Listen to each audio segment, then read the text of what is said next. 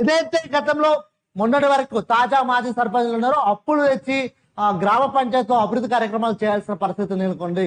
ఆ ప్రభుత్వం ఎంతవరకు కొన్ని చెక్కులు ఇచ్చినా బ్యాంకులో వాళ్ళు డిపాజిట్ చేస్తే అవి పాస్ కాని పరిస్థితి నెలకొంది.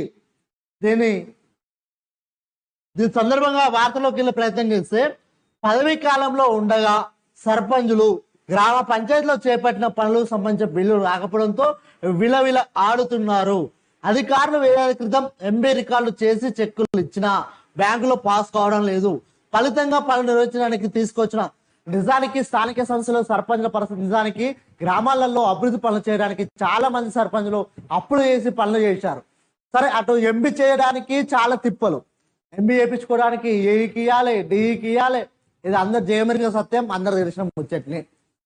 వాళ్ళ ఒక పని చేస్తే అనేక ఇబ్బందులు అయినప్పటికీ కూడా సకాలంలో